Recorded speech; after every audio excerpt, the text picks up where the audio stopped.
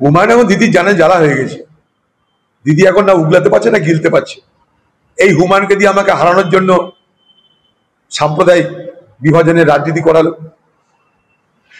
বলা হলো যে 70% মুসলমান, 30% হিন্দু, হিন্দুকে মেরে গঙ্গায় ভাসিয়ে দেওয়া হবে। হুমায়ুনকে দিয়ে বলালো, হুমায়ুনের মুখে বসালো, হুমায়ুনকে এটা নির্দেশ দিয়ে করালো। কিন্তু হুমায়ুন নিজে স্বইচ্ছাটা করেছে বলে আমি মনে করি না। হুমায়ুনকে দিয়ে বাংলার মুখ্যমন্ত্রী এই কাজটা করালো, এই এই একটা অন্যায় কাজ করালো শুধু অধীর চৌধুরীকে হারানোর জন্য। সে দিদি এখন হুমায়ুনকে ত্যাগ করতে পারছে না। যদি হুমায়ুনকে দল থেকে বার করে দেয়, হুমায়ুন কিন্তু সব গর্ব করে বলতে লেগে যাবে। দিদির এখানে জানের ভয় আছে, তাই দিদি হুমায়ুনকে একদম বারো করতে পারছে না, আবার রাখতেও পারছে না। তার গলার কাটা হয়ে গেছে হুমায়ুন। এত তৃণমূলের এত মস্তান, এত ক্ষমতাবানদের বিরুদ্ধে হুমায়ুন এইভাবে বলছে কি করে, সেটা তৃণমূলের লোকরা বেশি জানবে, দিদি এটা বেশি জানবে। অন্য কারোর জন্য দিদি তো এত খাতির করতো না এতদিন, অন্য কাউকে এতদিন দিদি অ্যালাউ করতো না।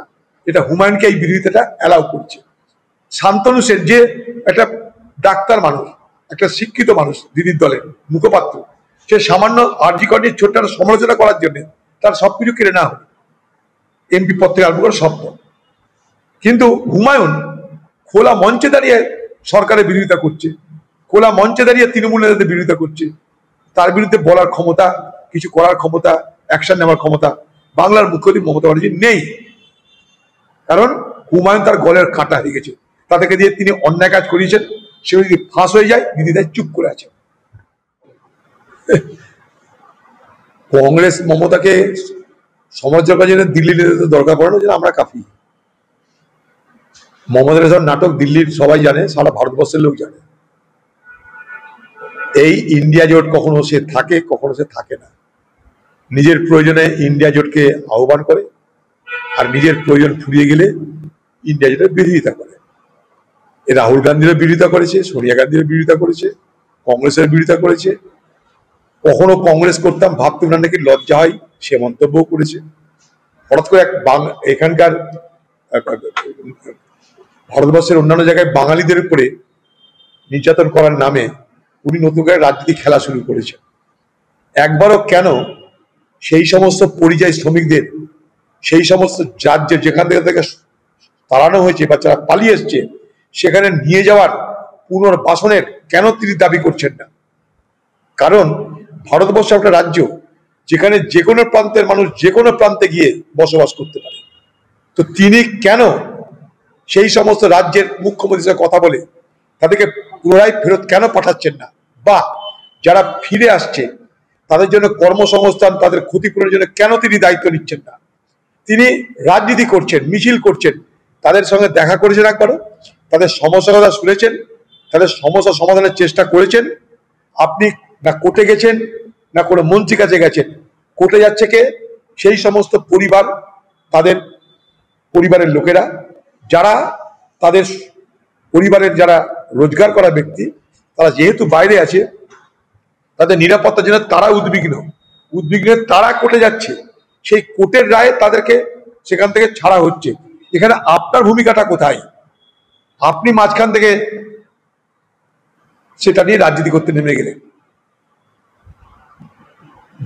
বাঙালি করে আপনি ভরংবাজি করতে লেগে গেলেন।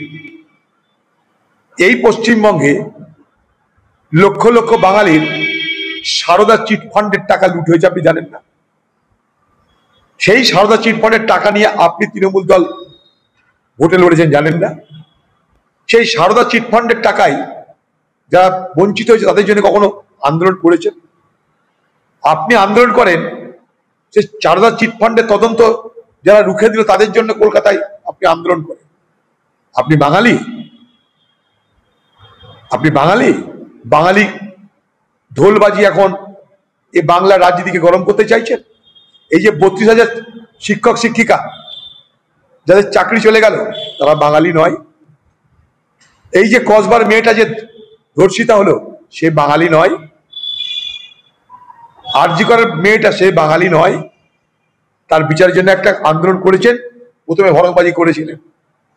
আজকে পরিযায়ী শ্রমিকদের নিয়ে আপনার মাথা ব্যথা, আপনার ভরংবাজির কারণ একটাই, সামনে নির্বাচন, তাই নির্বাচনের বাজারে কোনো বিষয়ে আপনি মুখ খুলতে পারছেন না, সারা বাংলায় সর্বত্র ব্যর্থ আপনি। তাই খড়কুটের মতন আপনি পরিযায়ী শ্রমিকদের বিষয়টাকে ধরে আপনি নিজের অস্তিত্ব প্রমাণের চেষ্টা করছেন। আপনি নিজে বলেছিলেন কোভিডের সময় যে প্রত্যেকটা পরিযায়ী শ্রমিককে আপনি 2 লক্ষ টাকা করে অনুদান দেবেন, তাদের কাজের ব্যবস্থা করবেন। সেদিন যদি দিতেন আপনি সেই টাকাটা, তাহলে আজকে তারা বাইরে যেত না, আর বাইরে গিয়ে অত্যাচারের শিকার হতো না। আপনি এখনো বলুন পরিযায়ী শ্রমিকদেরকে, যারা পরিযায়ী শ্রমিক, যারা অত্যাচারিত, যারা থাকতে পারছে না, যাদের পালিয়ে আসতে হচ্ছে, তাদেরকে পশ্চিমবঙ্গ সরকার দেখবে, তাদের আর্থিক ক্ষতিপূরণ দেবে, তাদের কাজের ব্যবস্থা করবে। আপনি সেটা প্রতিশ্রুতি দিন, তাদের যেন উদাহরণস্বরূপ কিছু করে দেখান।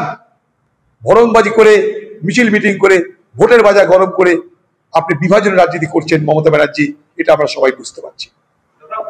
আমাদের ভিডিও ভালো লাগলে লাইক এবং শেয়ার করুন, কমেন্ট সেকশনে গিয়ে জানান আপনাদের মতামত। আরও ভিডিও পেতে আমাদের চ্যানেল সাবস্ক্রাইব করুন এবং প্রতি মুহূর্তে খবরের আপডেট পেতে প্রেস করুন বেল আইকন।